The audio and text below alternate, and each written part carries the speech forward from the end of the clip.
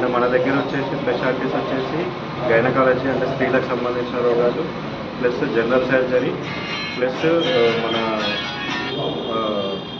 Neuro surgery and neuro medicine and general medicine కూడా మన దగ్గర అవైలబుల్లో ఉన్నాయి. అండ్ ఆల్మోస్ట్ కూడా ప్రజలు దీన్ని ఉపయోగించుకుంటారని మనం